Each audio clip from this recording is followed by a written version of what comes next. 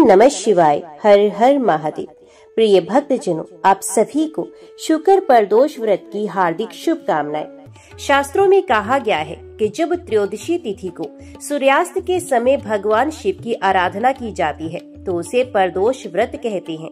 ये व्रत इतना शक्तिशाली है कि ये न केवल पापों का नाश करता है बल्कि भक्त को धन, सुख, समृद्धि और मोक्ष भी प्रदान करता है। कथा के अनुसार एक समय देवताओं और असुरों के युद्ध में असुर प्रबल हो गए। संकट के क्षणों में सभी देवता भगवान शिव की शरण में पहुंचे। त्रयोदशी के संध्या के समय उन्होंने शिव का ध्यान किया और प्रदोष व्रत का अनुष्ठान किया। प्रसन्न होकर भोलेनाथ ने देवताओं को विजय का आशीर्वाद दिया और असुरों का नाश हुआ। इसलिए कहा गया है कि जो प्रदोष व्रत करता है वे संकट से पार होता है, कष्ट दूर होते हैं और शिवजी स्वयं उसके रक्षक बन जाते हैं। तो प्रिय भक्तजनों, यदि आप भी जीवन में सफलता, शांति और कृपा चाहते हैं तो प्रदोष व्रत अवश्य कीजिए और अंत में जोर से बोलिए हर हर महादेव। तो चलिए शुरू करते हैं आज की पावन कथा। बहुत समय पहले हिमालय की तराई में एक अत्यंत समृद्ध राज्य था। वहाँ के राजा का नाम वीरेंद्र सेन था और उनकी रानी का नाम था मालविका। राजा अपने साहस, नीति और दानशीलता के लिए प्रसिद्ध थे, परंतु भाग्य ने ऐसा मोड़ लिया कि धीरे धीरे राज्य की समृद्धि नष्ट होने लगी। प्रजा दरिद्र हो गई, खेत बंजर हो गए और महल की छान फीकी पड़ गई। राजा रानी बहुत दुखी रहने लगे। यज्ञ हवन किए, विद्वानों को दान दिया, मंदिरों का निर्माण करवाया, किंतु कष्ट कम होने का नाम नहीं ले रहा था। एक दिन राजा ने दुखी होकर रानी से कहा, मालविका, लगता है हमारे पूर्व जन्म के पाप हमें इस जन्म में सताने आए हैं। वे चाहकर भी प्रजा को सुख नहीं दे पा रहा। रानी ने आंसुओं से भरी आंखों से उत्तर दिया, स्वामी, मैंने सुना है कि भगवान भोलेनाथ प्रदोष काल में अपने भक्तों पर विशेष कृपा बरसाते हैं। यदि हम श्रद्धा पूर्वक प्रदोष व्रत करें तो निश्चित ही हमारे सभी दुख मिट सकते हैं। उसी रात राजा को स्वप्न में एक दिव्य योगी के दर्शन हुए। योगी का शरीर भस्म से लिपटा था, गले में रुद्राक्ष की माला थी और मुख पर करुणा का तेज। योगी ने राजा से कहा, राजन, यदि तुम सच्चे मन से प्रदोष व्रत का पालन करोगे तो भगवान शिव तुम्हारे सारे संकट हर लेंगे। प्रदोष काल में शिव का स्मरण करने मात्र से ही जीवन धन्य हो जाता है।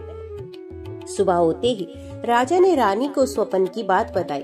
रानी ने तुरंत संकल्प लिया, स्वामी, हम दोनों मिलकर प्रदोष व्रत करेंगे। यही हमारे जीवन का अंतिम सहारा है। शुक्रवार का दिन आया। राजा रानी ने प्रातः स्नान किया, स्वच्छ वस्त्र धारण किए और दिन भर उपवास रखा। संध्या के समय दोनों ने महल के प्रांगण में शिवलिंग स्थापित किया, गंगा जल से स्नान कराया, बेलपत्र, धतूरा, भांग और चंदन से पूजन किया। मंत्र उच्चारण के बीच रानी की आंखों से आंसू बह रहे थे। वे बार बार कहती थी, हे भोलेनाथ, यदि हमसे कोई भूल हुई है तो क्षमा करें। हमारे राज्य को, हमारी प्रजा को और हमें अपनी कृपा से अभय दें। राजा ने भी हृदय से प्रार्थना की कि हे देवों के देव महादेव, हम आपके शरणागत हैं। आप कृपालु हैं, आप ही रक्षक हैं। हमें अपने भक्त के रूप में स्वीकार करें। पूरे राज्य की प्रजा भी इस अद्भुत पूजन में सम्मिलित हो गई। उस दिन महल का वातावरण एक मंदिर की तरह पवित्र हो गया। प्रदोष काल में जब घंटियां बज रही थी और शिव नाम का उच्चारण हो रहा था, अचानक आकाश में प्रकाश फैल गया। राजा रानी ने देखा कि आकाश से शिव पार्वती प्रकट हुए हैं। भोलेनाथ के गले में नाग लिपटा था, जटाओं से गंगा बह रही थी और माता पार्वती कमल के आसन पर आसीन थी। शिवजी ने मुस्कुराकर कहा, राजन वीरेंद्र सेन, तुम्हारी श्रद्धा और भक्ति ने हमें प्रसन्न कर दिया। आज से तुम्हारे राज्य के सारे संकट दूर हो जाएंगे। माता पार्वती ने भी रानी मालविका को आशीर्वाद दिया, पुत्री, तुम्हारी आंखों से बहे आंसू व्यर्थ नहीं जाएंगे। तुम्हें माँ लक्ष्मी के समान वैभव मिलेगा और तुम्हारी गोद सदा सुहाग से भरी रहेगी। इतना कहते ही शिव पार्वती अंतर ध्यान हो गई। उस दिन के बाद राज्य की स्थिति बदलने लगी। बारिश समय पर हुई, खेत लहलहा उठे, खजाने भरने लगे, प्रजा सुखी और प्रसन्न हो गई। राजा रानी का जीवन भी सुख शांति से भर गया। राजा ने घोषणा की, आज से हमारे राज्य में हर शुक्रवार को प्रदोष व्रत सामूहिक रूप से किया जाएगा। यही हमारी समृद्धि का कारण है और यही हमारा भविष्य है। शिव पार्वती के आशीर्वाद के बाद राजा वीरेंद्र सेन और रानी मालविका का जीवन बदल गया। पहले जो प्रजा दुखी और दरिद्र थी वे अब समृद्ध हो गई। गाँव में हरे भरे खेत दिखाई देने लगे, हर घर में दीपक जलने लगे और मंदिरों में भक्ति का संगीत गूंजने लगा। राजा रानी प्रतिदिन प्रातःकाल शिव मंदिर जाते और नित्य बेलपत्र चढ़ाते। रानी मालविका विशेष रूप से हर शुक्रवार प्रदोष व्रत करती और माता पार्वती का ध्यान लगाती। एक दिन प्रदोष व्रत के समय रानी ने देखा कि महल के प्रांगण में स्वयं माता पार्वती की छाया प्रकट हुई। रानी ने आंसुओं से भरी आंखों से प्रार्थना की कि हे माँ, आपकी कृपा से मेरा जीवन धन्य हो गया है। यदि संभव हो तो हमें सदा सदा आपकी शरण में बनाए रखिए। माता पार्वती ने हृदय में संवाद किया, पुत्री, जब भी कोई भक्त सच्चे मन से प्रदोष व्रत करेगा उसे सुख शांति और समृद्धि अवश्य मिलेगी। तुम्हारा नाम भी उस कथा में अमर रहेगा। कई वर्षों से राजा रानी संतान के लिए चिंतित थे। शिव पार्वती के आशीर्वाद के बाद एक पावन दिन रानी के गर्भ से एक तेजस्वी राजकुमार का जन्म हुआ। पूरा राज्य उल्लास से भर गया। मंदिरों में घंटियां बजी, नगरवासियों ने दीप जलाए और हर घर में प्रसाद बांटा गया। राजा ने उस राजकुमार का नाम रखा शिवेंद्र। ये बालक जन्म से ही अद्भुत तेज से संपन्न था। जैसे ही वे मंदिर में प्रवेश करता, दीपक अपने आप प्रज्वलित हो जाते और शंख घंटियां गूंजने लगती। राजकुमार शिवेंद्र भी माता पिता की तरह हर प्रदोष व्रत करने लगा। बालक होने के बावजूद वे संध्या समय शिवलिंग पर जल चढ़ाता और भोलेनाथ का ध्यान करता। एक बार महल की दासी ने हंसते हुए कहा, राजकुमार, आप तो बालक हैं, इतना कठोर व्रत करने की आवश्यकता क्या है? तब राजकुमार ने गंभीर स्वर में कहा, माँ, जब मैंने अपने माता पिता के जीवन को बदलते देखा है तो मैं क्यों ना इस व्रत को करूं? शिव ही हमारे जीवन दाता है। दासी ये सुनकर भाव विभोर हो गई। कुछ वर्षों के बाद राज्य पर एक शत्रु राजा ने आक्रमण कर दिया। वीरेंद्र सेन वृद्ध हो चुके थे और सेना भी उतनी शक्तिशाली नहीं थी। प्रजा भयभीत हो गई और महल में चारों ओर निराशा छा गई। ऐसे समय में राजकुमार शिवेंद्र ने संकल्प लिया कि युद्ध से पहले वे शुक्र प्रदोष व्रत करेगा। उसने उपवास रखा, संध्या समय शिवलिंग की पूजा की और प्रार्थना की, हे भोलेनाथ, यदि आप चाहते हैं कि धर्म की रक्षा हो तो मुझे शक्ति दीजिए। मैं युद्ध भूमि में अन्याय को हराऊंगा, परंतु ये विजय आपकी कृपा से ही संभव है।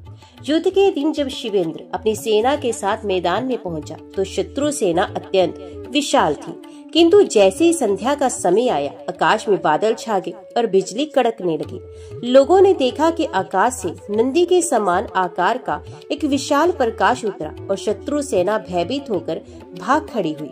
शिवेंद्र ने युद्ध बिना लड़े ही विजय प्राप्त कर ली। सारी प्रजा ने कहा, ये किसी मनुष्य की नहीं बल्कि शिव शंकर की लीला है। शुक्र प्रदोष व्रत का ये प्रत्यक्ष फल है। विजय के बाद राजा वीरेंद्र सेन ने घोषणा की कि इस राज्य में हर व्यक्ति शुक्रवार को प्रदोष व्रत करेगा।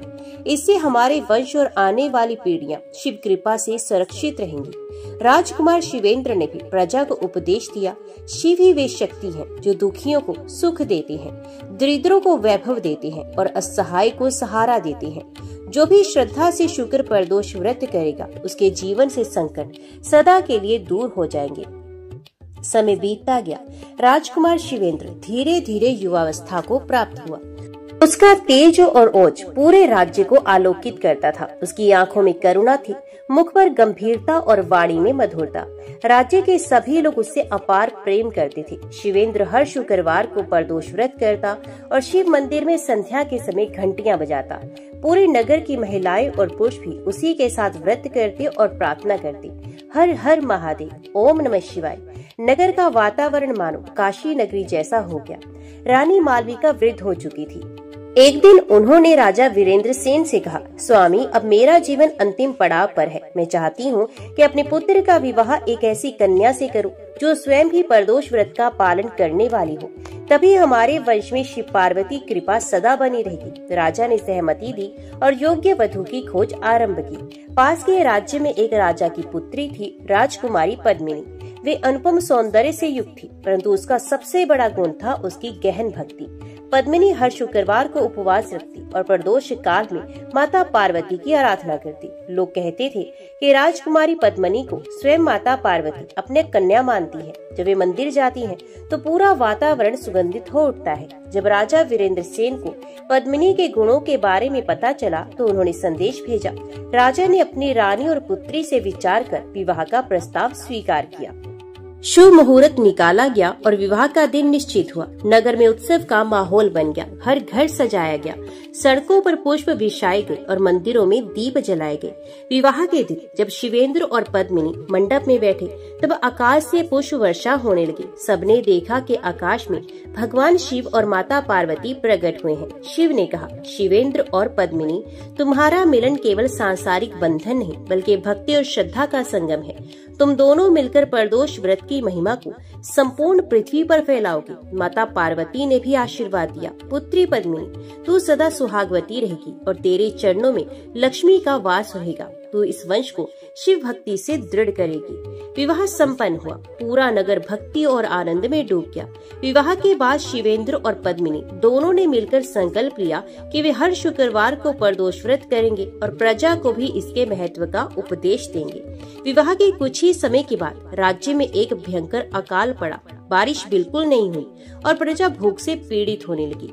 राजा और राजकुमार ने प्रजा की मदद करने की बहुत कोशिश की, किंतु अकाल इतना बड़ा था कि सभी उपाय व्यर्थ लगने लगे। तब रानी पद्मिनी ने कहा, स्वामी, जब संकट इतना बड़ा है तो हमें शिव पार्वती की शरण में जाना होगा। आइए हम सब मिलकर प्रदोष व्रत करें।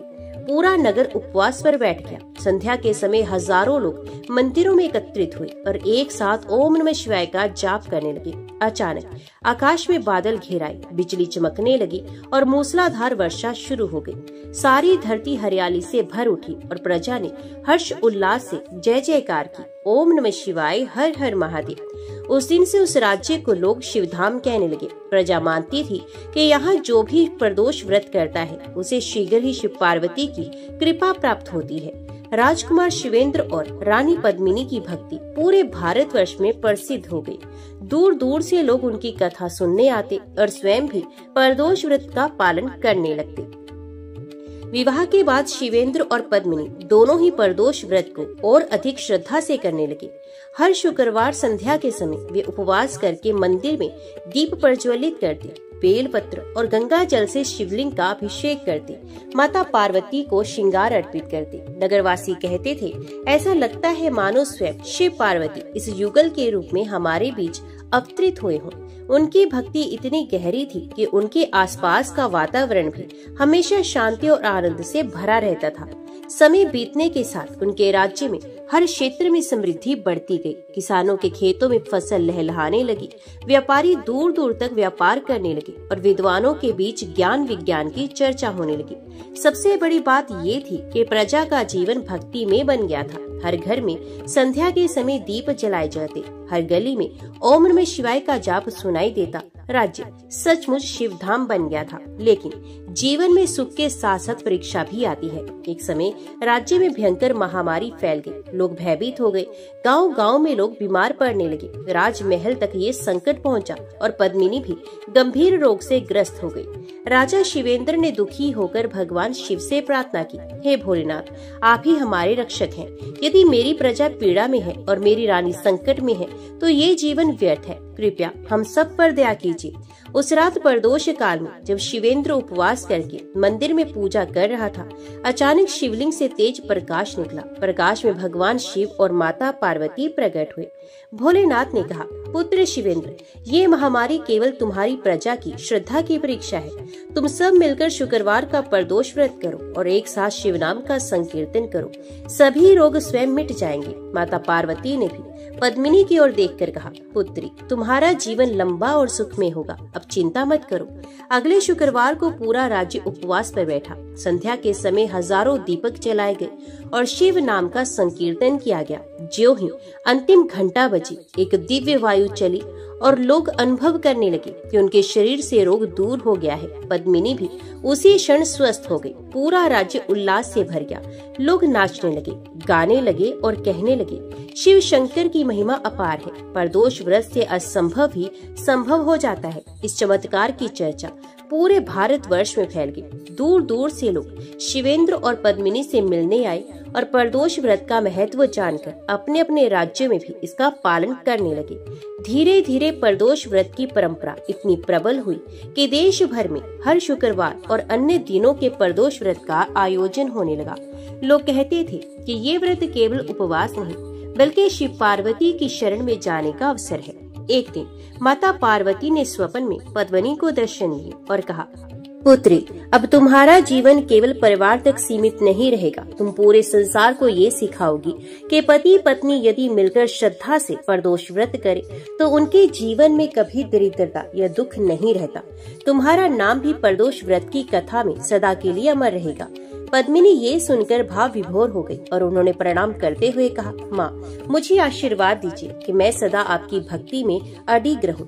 शिवेंद्र और पद्मिनी की भक्ति से उनका राज्य एक आदर्श राज्य बन गया। लोग कहते थे कि जहाँ शिव की भक्ति हो वहाँ न्याय, शांति और सुख स्वतः आ जाता है। राजा रानी हर शुक्रवार को प्रदोष व्रत करके अपनी प्रजा को भी उसमें सम्मिलित करते। इस प्रकार धीरे धीरे उनका राज्य न केवल राजनीतिक दृष्टि से बल्कि आध्यात्मिक दृष्टि से भी पूरे विश्व के लिए प्रेरणा का केंद्र बनेगा। समय बीतने लगा। राजा वीरेंद्र सेन और रानी मालविका अब वृद्धावस्था में पहुंच चुके थे। उन्होंने राज्य की वागडोर धीरे धीरे शिवेंद्र और पद्मिनी को सौंप दी। शिवेंद्र और पद्मिनी ने राज्य को धर्म, न्याय और भक्ति के मार्ग पर चलाया।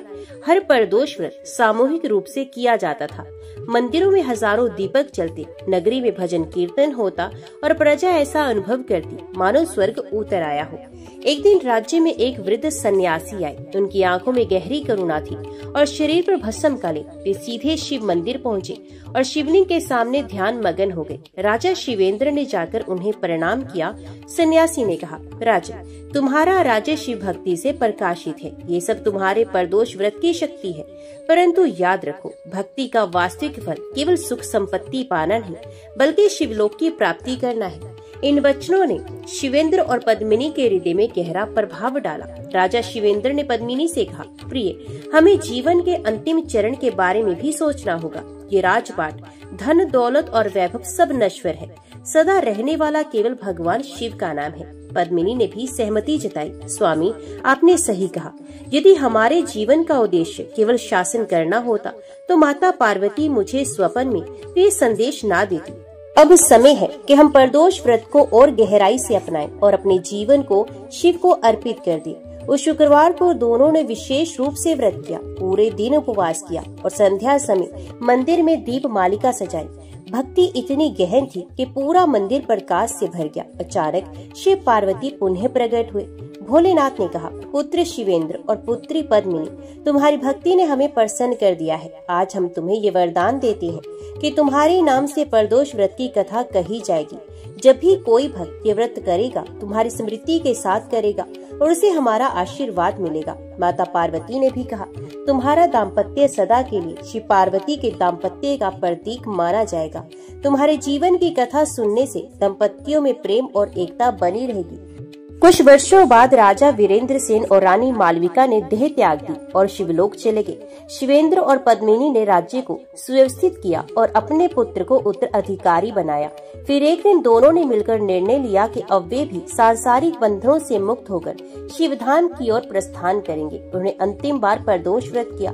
पूरा राज्य मंदिर में एकत्रित हुआ। घंटियां बजी, भजन गूंजे और वातावरण ओम नमः शिवाय से भर गया। अचानक दीपक की लौ प्रचंड प्रकाश में बदल गई और उसी प्रकाश में शिवेंद्र और पद्मिनी के शरीर विलीन हो गए। लोगों ने देखा कि आकाश में दिव्य रथ आया और दोनों को शिव पार्वती अपने साथ कैलाश धाम में ले गए।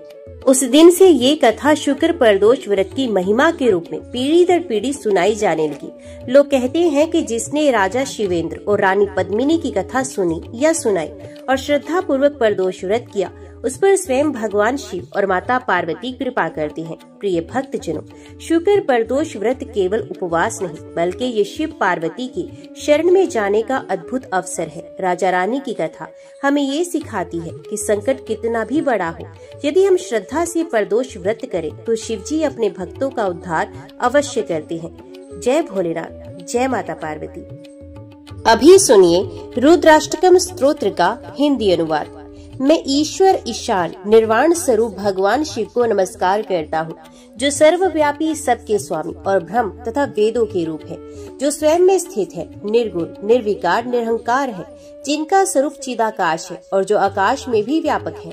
ऐसे शिव की मैं भक्ति करता हूँ, जो निराकार है, ओंकार के मूल है, चौथे तुरई स्वरूप है, वाणी और ज्ञान से परे है और पर्वतराज हिमालय के स्वामी है, जो समय के भी समय महाकाल है, भयंकर है परंतु दयालु भी है, गुणों के भंडार है और संसार से परे है। उन शिव को मैं प्रणाम करता हूँ, जो बर्फ जैसे श्वेत है, गंभीर स्वरूप है, मन के ध्यान द्वारा जिन तक पहुँचा जा सकता है और जो शब्दों से परे है, जो अनादि और अनंत है, महामोह का नाश करने वाले हैं। शिव कल्याण स्वरूप और शांति के सागर है। ऐसे जगत कारण की मैं स्तुति करता हूँ। मैं भवानी पति माता पार्वती के पति भक्तों के भाव से प्राप्त होने वाले शिव को भवानी सहित नमस्कार करता हूँ। रुद्राष्टकम में तुलसीदास जी ने भगवान शिव को अनादि, अनंत, निराकार, ओंकार स्वरूप, संसार के आधार और कल्याण के प्रतीक के रूप में वर्णित किया है। इसका नियमित पाठ करने से शांति, सुख, रोग, शोक से मुक्ति और शिव कृपा प्राप्त होती है। अंत तक वीडियो में बने रहने के लिए आप सभी का दिल से धन्यवाद। तो मिलते हैं अगली कथा के साथ, तब तक के लिए जय भोलेनाथ, जय माता पार्वती। शुक्रवार का संबंध माता लक्ष्मी और शुक्र ग्रह से होता है। शुक्र ग्रह को सौंदर्य, भोग, दाम्पत्य सुख और संपन्नता का कारक माना जाता है। इसी कारण शुक्रवार के दिन किया गया प्रदोष व्रत विशेष रूप से सौभाग्यवती स्त्रियों और गृहस्थ जीवन के लिए फलदायी है। कहा गया है कि जो भक्त शुक्रवार के दिन प्रदोष व्रत कर शिवजी का पूजन करता है, उसके जीवन में भोग और सुख कभी नष्ट नहीं होती और उसके घर में सुख समृद्धि बढ़ती रहती है। पौराणिक कथा के अनुसार एक बार माता पार्वती ने भगवान शिव से पूछा कि हे प्रभु, प्रदोष व्रत का महत्व तो मैंने सुना है, परंतु शुक्रवार को पड़ने वाले प्रदोष व्रत की क्या विशेषता है? तब भगवान शंकर ने हंसते हुए कहा, देवी, शुक्रवार का प्रदोष तुम्हारे लिए और तुम्हारी प्रिय सहेलियों गौरी, रति और लक्ष्मी के लिए सर्वाधिक प्रिय है। इस व्रत को करने से स्त्रियों को अखंड सौभाग्य मिलता है, विधवापन का भय नष्ट होता है और पतिव्रता धर्म की स्थिरता होती है। पुरुष इस व्रत से धन, भोग और ऐश्वर्य प्राप्त करते हैं और यदि कोई दंपत्ति ये व्रत करे तो उन्हें पुत्र सुख और घर में सुख शांति मिल जाती है। भारतीय संस्कृति में स्त्रियां अपने पति की दीर्घायु और सुख समृद्धि के लिए अनेक व्रत करती हैं, जैसे करवा चौथ, तीज, वट सावित्री इत्यादि। इसी क्रम में शुक्रवार प्रदोष व्रत भी अखंड सौभाग्य और सुखी दाम्पत्य जीवन प्रदान करने वाला माना गया है। कहा गया है कि यदि कोई स्त्री ये व्रत करती है तो उसका सौभाग्य कभी नष्ट नहीं होता। यदि कोई पुरुष ये व्रत करता है तो उसे संपन्नता, व्यापार में सफलता और भौतिक सुखों की प्राप्ति होती है। और यदि पति पत्नी मिलकर ये व्रत करते हैं तो उनके घर में लक्ष्मी और शिव पार्वती का स्थायी निवास होता है। इस प्रकार शुक्र प्रदोष व्रत का महत्व अन्य सभी प्रदोषों से विशेष है। ये व्रत केवल एक साधारण उपवास नहीं, बल्कि शिव और पार्वती की कृपा पाने का साधन है।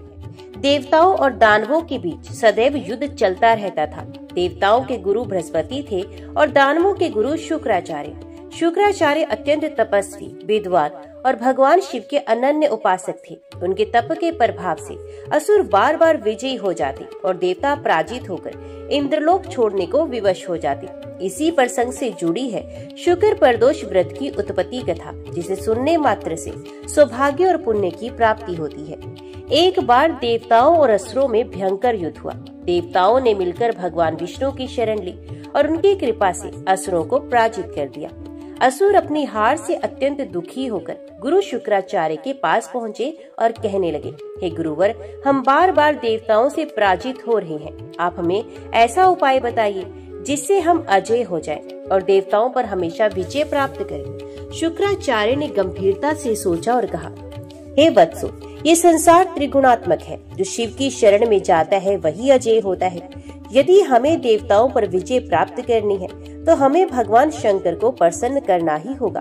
मैं अप्रदोष काल में उनका कठोर व्रत करूंगा और उनसे वर प्राप्त करूंगा। शुक्राचार्य ने इस मास की त्रयोदशी तिथि को, जो कि शुक्रवार का दिन था, उपवास रखा। उन्होंने दिन भर उपवास कर संध्या समय भगवान शिव की पंचोपचार से पूजा की। वे बेलपत्र, धतूरा, अक्षत, चंदन और गंगा जल अर्पित करते हुए शिव का ध्यान करने लगे। ओम नमः शिवाय। वे संध्या से लेकर रात्रि पर्यंत शिव ध्यान में लीन रहे। कहते हैं कि उस दिन प्रदोष काल में उनके हृदय से ऐसी भक्ति उमड़ी कि स्वयं भगवान शंकर उनके सामने प्रकट हो गए। भगवान शिव ने प्रसन्न होकर कहा, हे शुक्राचार्य, तुम्हारी तपस्या और प्रदोष व्रत से मैं अत्यंत प्रसन्न हूँ। बताओ तुम्हें क्या वरदान चाहिए। शुक्राचार्य ने विनम्र होकर कहा, महादेव आप सबके स्वामी हैं, मुझे ऐसा वर दीजिए कि मेरे शरण में आने वाले दानव अजय हो, और मुझे ऐसा दिव्य ज्ञान दीजिए जिससे मैं मृत प्राणी को भी जीवित कर सकूं। भगवान शिव मुस्कुराए और कहने लगे, तथास्तु, तुम्हें मृत्यु संजीवनी विद्या की प्राप्ति होगी, और इस दिन जो प्रदोष व्रत करेगा, चाहे वे देव हो, दानव हो या मनुष्य, उसे भी सौभाग्य और अमोघ सिद्धि प्राप्त होगी। भगवान शिव ने आगे कहा, हे शुक्राचार्य, जिस प्रकार तुमने शुक्रवार के दिन प्रदोष काल में मेरी उपासना की है, उसी प्रकार जो भी मनुष्य ये व्रत करेगा, उसके जीवन में सुख, सौभाग्य और संपन्नता का वास होगा। ये व्रत विशेष रूप से दंपतियों के लिए मंगलकारी है। स्त्रियां यदि श्रद्धा से ये व्रत करेंगे तो उनका सौभाग्य अक्षय होगा। पुरुष यदि इसे करेंगे तो उन्हें धन और समृद्धि मिलेगी। तब से ही शुक्रवार को आने वाले प्रदोष व्रत को शुक्र प्रदोष व्रत कहा जाने लगा।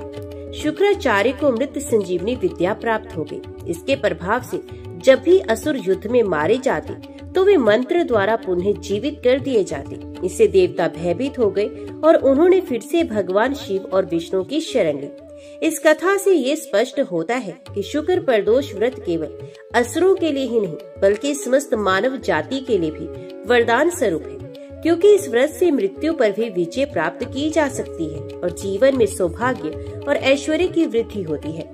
इस प्रकार शुक्राचार्य की कठोर साधना और प्रदोष व्रत से ही शुक्र प्रदोष व्रत की उत्पत्ति हुई।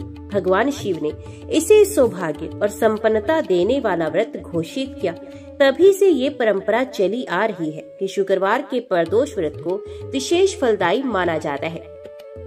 प्राचीन काल में अनेक राजाओं ने शिव भक्ति और व्रत के प्रभाव से महान पद प्राप्त किए। इसी परंपरा में राजा चंद्रकेतु का नाम विशेष रूप से लिया जाता है। उनके जीवन की यह कथा दर्शाती है कि शुक्र प्रदोष व्रत कैसे एक दुखी, अपयशी और पापग्रस्त राजा को भी पुण्य, वैभव और सौभाग्य प्रदान कर सकता है। चंद्रकेतु नामक एक राजा था जो अपने राज्य में अत्यंत प्रसिद्ध था। उसकी प्रजा सुखी थी, सेना बलशाली थी और राज्य में धन धान्य की कोई कमी नहीं थी। परंतु धीरे धीरे राजा काम, क्रोध और लोभ के वश में हो गया।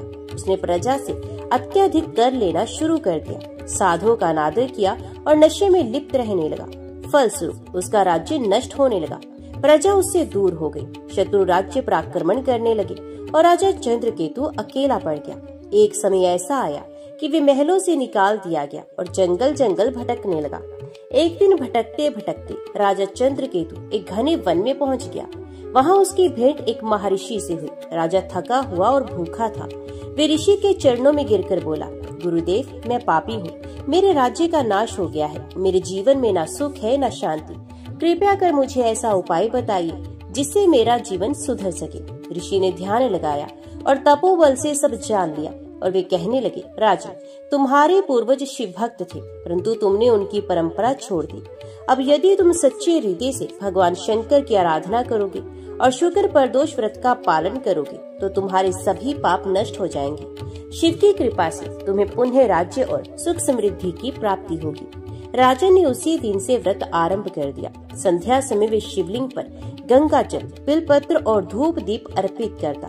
वे हर शुक्रवार को उपवास रखता और प्रदोष काल में ध्यान पूर्वक शिव का पूजन करता।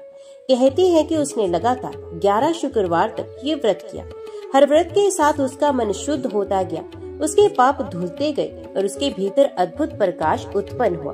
12वें शुक्रवार को प्रदोष काल में जब राजा ध्यान मगन था तब शिवजी प्रकट हुए। उनके साथ माता पार्वती भी थी। भगवान शिव ने कहा, वत्स चंद्रकेतु, तुम्हारे पाप नष्ट हो गए हैं। शुक्र प्रदोष व्रत ने तुम्हें पवित्र कर दिया है। अब तुम पुनः अपने राज्य के अधिकारी हो। जाओ, तुम्हारे शत्रु पराजित होंगे और प्रजा तुम्हें प्रेम पूर्वक स्वीकार करेगी। राजा ने आंसुओं से भरे नेत्रों से भगवान को प्रणाम किया और आशीर्वाद लेकर अपने राज्य लौट आया। शिव कृपा से उसके शत्रु स्वयं ही पराजित होकर भाग गए। प्रजा ने राजा का स्वागत किया और उसके राज्य में फिर से सुख शांति का वास हुआ। राजा चंद्रकेतु अब अहंकारी नहीं रहा। वे हर शुक्रवार प्रदोष व्रत करता और अपने राज्य को शिव भक्ति से परिपूर्ण बना देता। ये कथा हमें सिखाती है कि चाहे मनुष्य कितना भी पापी क्यों ना हो, चाहे उसका जीवन कितना भी दुख में क्यों ना हो, यदि वे श्रद्धा से शुक्र प्रदोष व्रत करता है तो भगवान शिव उसे पाप मुक्त करके सुख, सौभाग्य और वैभव प्रदान करते हैं। राजा चंद्रकेतु की ये कथा इस बात का प्रत्यक्ष प्रमाण है कि शुक्र प्रदोष व्रत साधारण उपवास नहीं है, बल्कि भगवान शिव का दिव्य वरदान है। इस व्रत से पाप मुक्ति, सौभाग्य और संपन्नता की प्राप्ति होती है। ये व्रत करने के लिए व्रती को प्रातः स्नान करके व्रत का संकल्प लेना चाहिए। मैं आज शुक्र प्रदोष व्रत करूंगा और भगवान शिव की आराधना करूंगा। इस व्रत में दिन भर उपवास रखा जाता है। प्रातः फलाहार या केवल जल ग्रहण किया जा सकता है, परंतु संध्या तक अन्न नहीं लेना चाहिए। व्रती को दिन भर ब्रह्मचर्य का पालन करना चाहिए। मन, वचन और क्रम से पवित्र रहना आवश्यक है। प्रदोष व्रत की मुख्य पूजा संध्या के बाद सूर्यास्त और रात्रि के बीच प्रदोष काल में होती है। गंगा जल, दूध, शहद, दही, घी और पंचामृत से शिवलिंग का अभिषेक करें। अंत में शुद्ध जल से स्नान करें। शिवलिंग पर वस्त्र चढ़ाएं और चंदन से तिलक कराएं। बिलपत्र, धतूरा, आग का पुष्प, अक्षत, सुपारी, नारियल, धूप, दीप और नैवेद्य अर्पित करें। ओम नमः शिवाय का 108 बार जप करें। चाहे तो महामृत्युंजय मंत्र का भी जाप कर सकते हैं। दीप प्रज्वलित कर शिव जी की आरती करें और प्रार्थना करें कि हे महादेव, आप मेरे पाप नष्ट करें और मुझे सुख, सौभाग्य और भक्ति प्रदान करें। शुक्रवार का दिन माता लक्ष्मी और शुक्र ग्रह से संबंधित है, इसलिए शुक्रवार को प्रदोष व्रत करने से शिव और पार्वती दोनों की कृपा प्राप्त होती है। ये व्रत दंपतियों के लिए विशेष रूप से शुभ है। विवाह में विलंब हो तो ये व्रत शीघ्र विवाह का मार्ग प्रशस्त करता है। स्त्रियां इसे करने से अखंड सौभाग्यवती रहती हैं। पुरुष इसे करने से धन, वैभव और यश प्राप्त करते हैं। शुक्र प्रदोष व्रत करने वाले को कुछ फल प्राप्त होते हैं, जैसे चाहे अनजाने में कितने भी पाप हुए हों, ये व्रत उन्हें नष्ट कर देता है। विवाहित स्त्रियों का सौभाग्य अक्षय रहता है और अविवाहित कन्याओं को उत्तम वर की प्राप्ति होती है। शुक्र ग्रह प्रसन्न होने से घर में सुख, समृद्धि आती है और आर्थिक संकट दूर होते हैं। इस व्रत से स्वास्थ्य लाभ होता है और कठिन रोग भी शांत हो जाते हैं। शिव कृपा से अंततः जन्म मरण के बंधन से मुक्ति मिलती है। शुक्र प्रदोष व्रत केवल उपवास भर नहीं है, बल्कि ये जीवन का शुद्धिकरण है। इससे न केवल सांसारिक सुख संपत्ति मिलती है, बल्कि अंत में मोक्ष की प्राप्ति भी होती है। इस व्रत का पालन करने वाला व्यक्ति कभी निर्धन, दुखी या अपयशी नहीं होता है। प्राचीन समय में एक नगर में मालवती नामक स्त्री रहती थी। वे निर्धन परिवार से थी, परंतु धर्मपरायण थी। उसका पति रोगग्रस्त और दुर्बल था, जिसे घर में चिंता और दुख बना रहता था। मालवती ने एक दिन एक साधु से शुक्र प्रदोष व्रत के महत्व के बारे में सुना। उसने श्रद्धा से व्रत आरंभ किया। हर शुक्रवार उपवास रखती, प्रदोष काल में शिवलिंग पर बिल पत्र चढ़ाती और ओम नमः शिवाय का जाप करती। कुछ ही महीनों में उसके पति का रोग दूर हो गया, घर में लक्ष्मी का वास हुआ और परिवार सुखी हो गया। मालवती स्वयं भी सौभाग्यवती बनी रही और अंत तक सुख शांति से जीवन बिताया। विदर्भ देश में एक ब्राह्मण दंपत्ति रहती थी। उनके विवाह को 10 वर्ष हो चुके थे, परंतु संतान नहीं थी। वे दुखी होकर तीर्थों में भटकते और देवताओं से प्रार्थना करते। एक बार वे काशी में एक महात्मा से मिले। महात्मा ने कहा, यदि तुम दोनों मिलकर श्रद्धा से शुक्र प्रदोष व्रत करोगे तो निश्चय ही शिव पार्वती कृपा से संतान प्राप्त करोगे। दंपत्ति ने 21 शुक्रवार तक ये व्रत किया। उसके बाद माता पार्वती ने स्वप्न में आकर वरदान दिया, वत्स तुम शीघ्र ही पुत्रवती होगी। कुछ समय के बाद उन्हें पुत्र रत्न की प्राप्ति हुई, जो बड़ा होकर महान विद्वान और शिव भक्त बना। एक नगर में वज्रसेन नामक व्यापारी था। उसके व्यापार में अचानक घाटा होने लगा। उस पर भारी कर्ज चढ़ गया और वे आत्महत्या करने का विचार करने लगा। इसी समय उसे एक पंडित ने सलाह दी, व्यापार में सफलता पाने के लिए शुक्र प्रदोष व्रत करो। वज्रसेन ने श्रद्धा से व्रत आरंभ किया। कुछ ही महीनों में व्यापार में अप्रत्याशित लाभ हुआ। उसने न केवल कर्ज चुकाया, बल्कि 2 गुनी संपत्ति अर्जित की। उस दिन से उसने जीवन भर हर शुक्रवार प्रदोष व्रत करना अपना नियम बना लिया। कांचीपुरी में एक राजा था। उसका राज्य शत्रुओं से घिर गया और वह असहाय हो गया। तब एक ऋषि ने कहा, राजा, यदि आप शिव जी की शरण में जाकर शुक्र प्रदोष व्रत करेंगे तो आपके शत्रु स्वयं ही नष्ट हो जाएंगे। राजा ने व्रत किया और गहन श्रद्धा से शिव का ध्यान किया। अचानक शत्रुओं में आपसी फूट पड़ गई और वे स्वयं ही एक दूसरे का नाश करने लगे। राजा का राज्य सुरक्षित हो गया और प्रजा सुखी हो गई। आज भी अनेक लोग इस व्रत के चमत्कारिक फल अनुभव करते हैं। कई लोग बताते हैं कि शुक्र प्रदोष व्रत करने से नौकरी और व्यवसाय में सफलता मिलती है। विवाहित स्त्रियां कहती हैं, इस व्रत में दाम्पत्य जीवन में प्रेम और सामंजस्य बढ़ता है। छात्र छात्राएं मानते हैं कि व्रत से स्मरण शक्ति और मन की एकाग्रता बढ़ती है। इन सभी कथाओं और अनुभवों से ये सिद्ध होता है कि शुक्र प्रदोष व्रत मात्र उपवास नहीं बल्कि एक दिव्य साधना है। ये व्रत सौभाग्य, संतान, धन, समृद्धि और विजय का दाता है। जो भी इसे श्रद्धा और नियम पूर्वक करता है उसका जीवन सुख में और सफल बन जाता है। प्रदोष व्रत को शास्त्रों में सर्व सिद्धिदायक कहा गया है। विशेष रूप से शुक्र प्रदोष व्रत सौभाग्यवती स्त्रियों के लिए अखंड सौभाग्य का रक्षक है। पुरुषों के लिए धन, वैभव और सम्मान का साधक है। बच्चों के लिए शिक्षा, एकाग्रता और स्वास्थ्य का प्रदायक है। ये व्रत जीवन को आध्यात्मिक और भौतिक दोनों दृष्टियों से पूर्ण करता है। गरुड़ पुराण, स्कंद पुराण, शिव पुराण आदि ग्रंथों में प्रदोष व्रत का विशेष उल्लेख है। इनमें कहा गया है कि जो प्रदोष व्रत करता है वे स्वयं भगवान शंकर को प्रसन्न करता है और शिव की प्रसन्नता से संसार में ऐसा कुछ नहीं जो असंभव हो। शुक्रवार के दिन ये व्रत करने से माता लक्ष्मी भी प्रसन्न होती हैं। अति से शिव लक्ष्मी व्रत भी कहा जा सकता है। आज की भागदौड़ भरी जिंदगी में प्रदोष व्रत एक अवसर है परिवार को एकत्रित करने का, दिन भर आत्म संयम और उपवास से शरीर को विश्राम देने का, पूजा और ध्यान से मन को शांति देने का, दान पुण्य से समाज में सद्भावना बढ़ाने का। इस प्रकार यह व्रत केवल धार्मिक अनुष्ठान ही नहीं बल्कि स्वस्थ जीवन का मार्ग भी है। यदि हम इस व्रत को आयुर्वेद और विज्ञान की दृष्टि से देखें तो उपवास से शरीर की पाचन क्रिया सुधरती है। ध्यान और मंत्र जप से मन की एकाग्रता बढ़ती है। संध्या समय ध्यान करने से हार्मोन संतुलन होता है और मानसिक तनाव कम हो जाता है। दान करने से सकारात्मक ऊर्जा मिलती है। अतः ये व्रत शारीरिक, मानसिक और आध्यात्मिक तीनों स्तर पर कल्याणकारी है। शुक्र प्रदोष व्रत करने वाला कभी निर्धन नहीं होता। जो स्त्री ये व्रत करती है वे अखंड सौभाग्यवती रहती है। जो पुरुष ये व्रत करता है उसके घर में सदैव समृद्धि और शांति रहती है। जो विद्यार्थी ये व्रत करते हैं उन्हें विद्या और सफलता मिलती है और जो भक्त श्रद्धा से इसे करते हैं उन्हें अंततः मोक्ष की प्राप्ति होती है। प्रिय श्रोताओ, हमने सुना कि शुक्र प्रदोष व्रत कितना महान और कल्याणकारी है। ये व्रत केवल शिव जी की कृपा ही नहीं बल्कि माता पार्वती और लक्ष्मी जी का आशीर्वाद भी दिलाता है। अतः हम सबको चाहिए कि श्रद्धा, विश्वास और पवित्र भाव से इस व्रत का पालन करें। तब हमारा जीवन रोगों से मुक्त, दुखों से रहित, धन धान्य से परिपूर्ण और अंततः मोक्षदायी बन जाएगा। ओम नमः शिवाय। हर हर महादेव।